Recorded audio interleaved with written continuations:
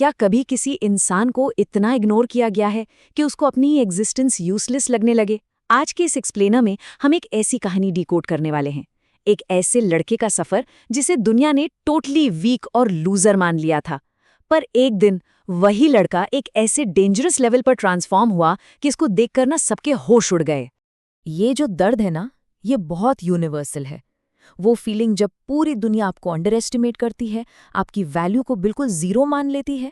पर सोचिए, उस लड़के के साथ आखिर ऐसा क्या हुआ था?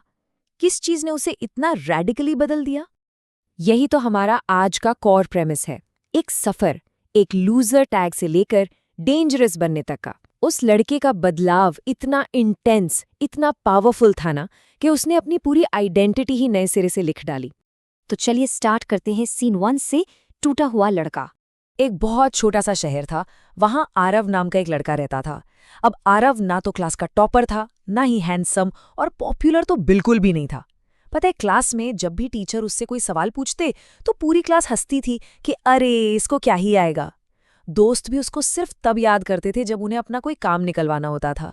एकदम इनविजिबल और साइडलाइन सी जिंदगी चल रही थी उसकी। और फिर एक दिन स्कूल में सबके सामने किसी ने एक ऐसी बात बोल दी जिसने सब कुछ बदल दिया। उसने कहा, तू लाइफ में कभी कुछ नहीं कर पाएगा। और पता है क्या हुआ? सब लोग जोर जोर से हंसने लगे। ये एक ऐसी पब्लिक इंसल्ट थी जिसने उसको ना अंदर तक झकझोर के रख दिया। उस वक्त तो आरव भी हल्का सा हंस दिया। उसने एक प्रोटेक्टिव मास्क पहन लिया था दुनिया को दिखाने के लिए, लेकिन सच्चाई ये थी कि अंदर से वो पूरी तरह टूट चुका था।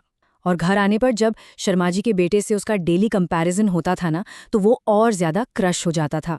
अपने कमरे के अकेलेपन में वो बिल्कुल हारा हुआ महसूस कर रहा था। और उसी अकेलेपन में उस रात पहली बार उसने खुद से एक बहुत डीप सवाल पूछा, क्या सच में मेरे अंदर कुछ भी नहीं है? ये एकदम रॉक बॉटम था, उसका सबसे लोएस्ट पॉइंट। लेकिन उसी रात एक ऐसी इंसिडेंट हुई जो उसकी पूरी जिंदगी को हमेशा के लिए बदलने वाली थी। आते हैं सीन 2 पर। वो एक रात के करीब 2 बज रहे थे। सब सो चुके थे और वो अकेला बेड पर पड़ा हुआ कैजुअली रील स्क्रॉल कर रहा था। तभी स्क्रीन पर एक रैंडम सी क्लिप आई। एक बुजुर्ग इंसान बोल रहा था, अगर लोग तुम पर हंसते हैं तो बुरा मत मानो, खुद को इतना इंप्रूव करो कि एक दिन वही लोग तुम्हारा नाम लेने लगे। आरव ने ना कैजुअली वो वीडियो स्किप कर दिया, लेकिन पता नहीं क्यों वो एक लाइन उसके दिमाग में कंटिन्यूसली घूमती रही।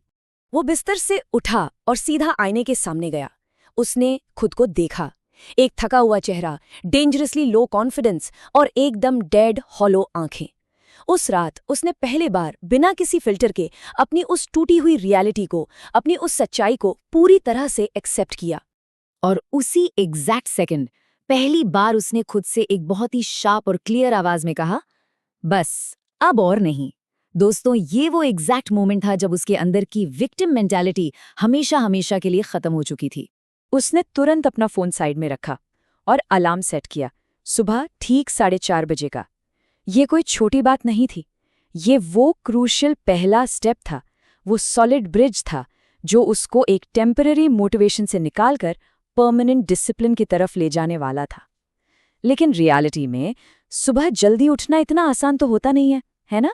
यहां से शुरू होता है सीन 3, सबसे मुश्किल स्टार्ट।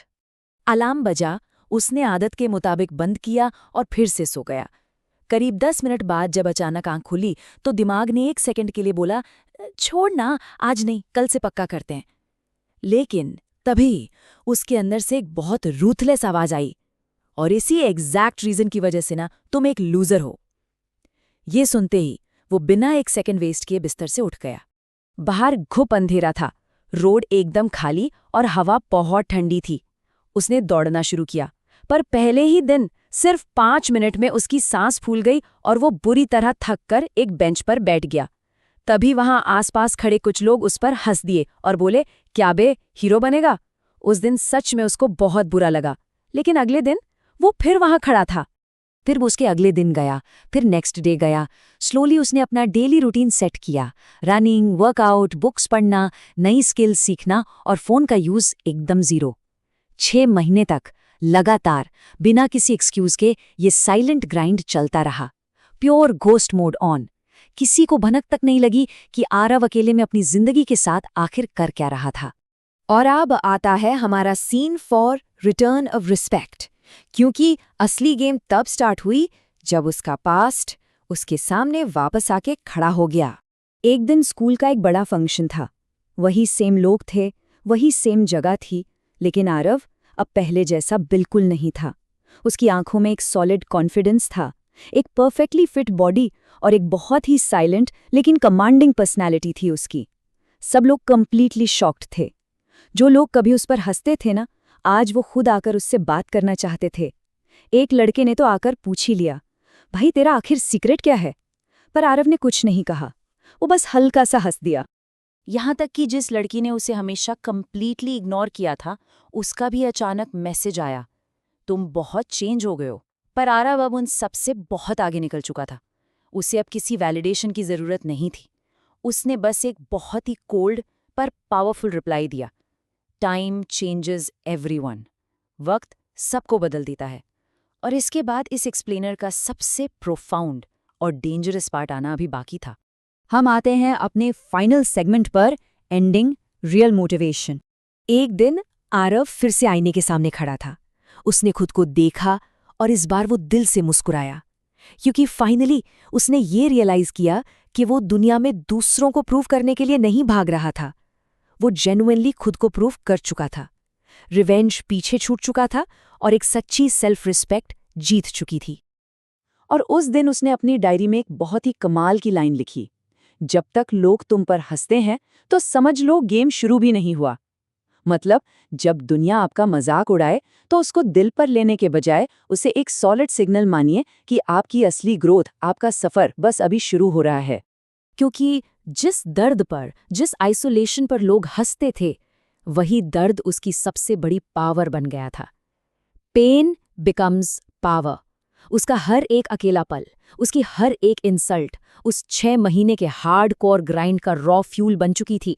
और इसीलिए इस पूरी कहानी से जो सबसे बड़ी सीख हमें मिलती है वो ये है, कई बार दुनिया में सबसे डेंजरस, सबसे अनस्टॉपेबल इंसान वही होता है जो कभी सबसे ज्यादा टूटा हुआ था।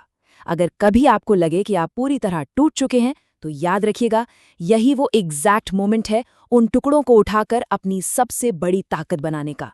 कीप लर्निंग, कीप पुशिंग और अपने काम को आवाज करने दीजिए।